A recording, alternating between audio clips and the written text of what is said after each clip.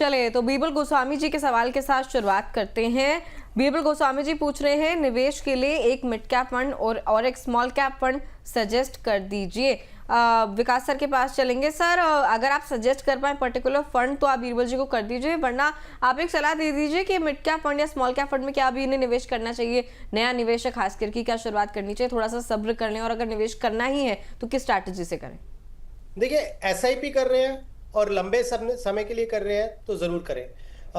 तो इसमें अगर आप मिड कैप कैटेगरी में कोई करना चाहते हैं तो 3-4 अच्छे मिड कैप कैटेगरी के फंड्स हैं, जैसे HDFC mid cap is a good fund, Kotak mid cap is also good fund, Invesco India mid cap is a good fund. तो ये 3-4 जो अच्छे मिड कैप फंड्स हैं, इसमें आप अपने कंफर्ट लेवल के हिसाब से किसी भी एक फंड हाउस में कर सकते हैं। स्मॉल कैप फंड्स की अगर आप बात करते हैं तो एसबीआई का स्मॉल कैप, या आप निपॉन इंडिया का स्मॉल कैप, बंधन इंडिया का स्मॉल कैप, या आईसीआईसीआई प्रू का स्मॉल कैप, तो ये 3-4 अच्छे स्मॉल कैप कैटेगरी में अच्छे फंड्स हैं। इनमें से अगेन आप अपने कंफर्ट लेवल के हिसाब से थोड़ा स्टडी करके किसी भी एक स्मॉल कैप में निवेश कर सकते हैं। बट डिस्क्लेमर एक जरूर रहेगा कि इसको आप म्यूचुअल फंड को ट्रेडिंग के पॉइंट ऑफ व्यू से ना देखिएगा, आप निवेश के हिसाब से देखिएगा। लंबे समय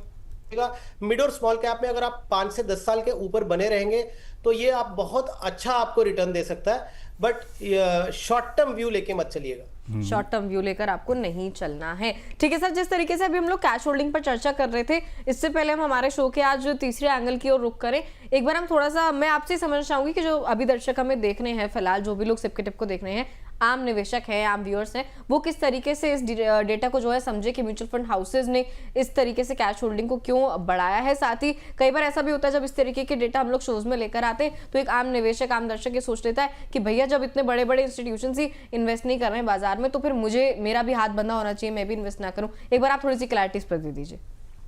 देखिए आप परसेंटेज देखिए कितनी है, 3-4% कैश होल्डिंग, लेकिन प्रॉब्लम क्या होती है कि खुद से जो करने वाले हैं वो अपना 100% पोर्टफोलियो निकाल देंगे बाहर, तो यहाँ पे फिर वो कंपैरिजन नहीं होता। बिकॉज फंड मैनेजर की जो कैश होल्डिंग है वो बड़ी मिनिमम है, 2-3%, 4%, और वो भी बड़ी शॉर्ट टर्म पीरियड के लिए कैश होल्डिंग होगी, बिकॉज जैसे जैसे अपॉर्चुनिटी मिलेगी वो डिप्लॉय हो जाएगा पैसा। लेकिन निवेशक इस चीज को अगर कॉपी करने की कोशिश करते हैं तो वहां पे वो फिर वो 2-3% कैश होल्डिंग वाला नहीं रखेंगे। वो क्या करते हैं कि अपना पूरा निवेश बंद कर देंगे या पूरा निकाल देंगे, ये सोच के कि जब मार्केट गिरेगी तो मैं उसमें दोबारा से निवेश करूंगा।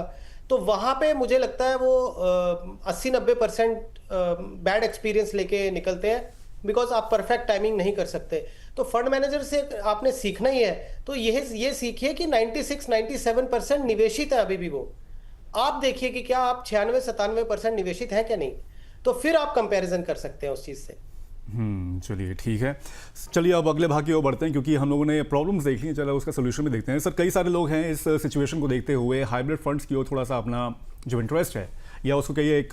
जो दीवार है उसको बनाने की कोशिश कर रहे हैं, और कई सारी कैटेगरीज होती है, इसमें मल्टी एसेट हो गया, कंजर्वेटिव हाइब्रिड फंड्स हो गए, उसके अलावा और भी कई सारी कैटेगरीज हैं। सर क्या लग रहा है कि इस सिचुएशन में हाइब्रिड फंड्स कितने ज़्यादा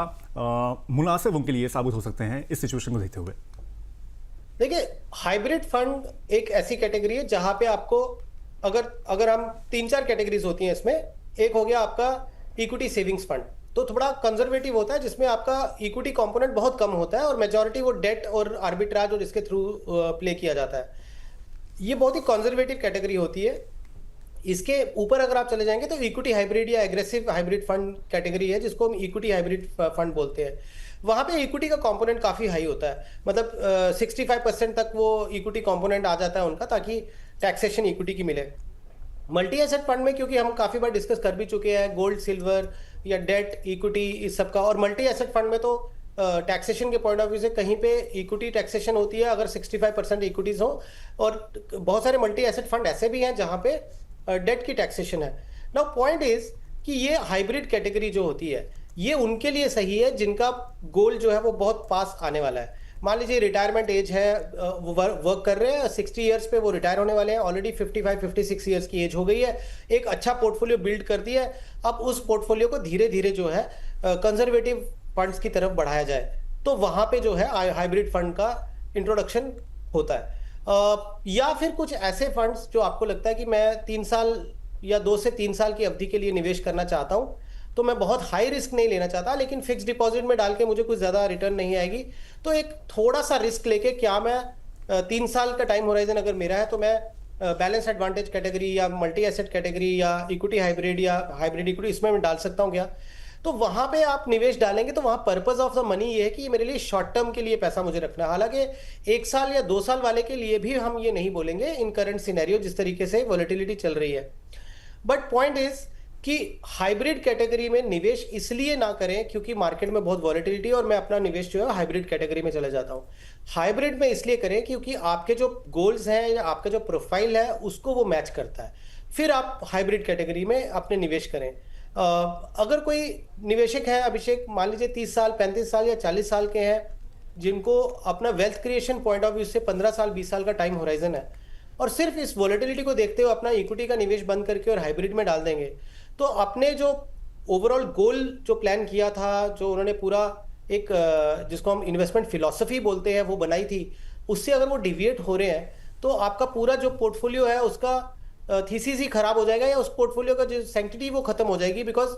आपने जो एक लॉन्ग टर्म प्लान बनाया है आपने उसको बीच में ही डिस्टर्ब कर दिया। तो जो रिटर्न प्रोजेक्टेड रिटर्न्स थी आपकी, आप वो भी नहीं अचीव कर पाएंगे। तो मुझे लगता है कि हाइब्रिड फंड कैटेगरी में आप तब आए अगर आपका अपना गोल आने वाला है और आपने एक अच्छा कॉर्पस क्रिएट कर दिया है और अब समय है कि आप रिस्कियर एसेट्स से थोड़ा सा कंजर्वेटिव एसेट्स की तरफ मूव करना शुरू कर दें।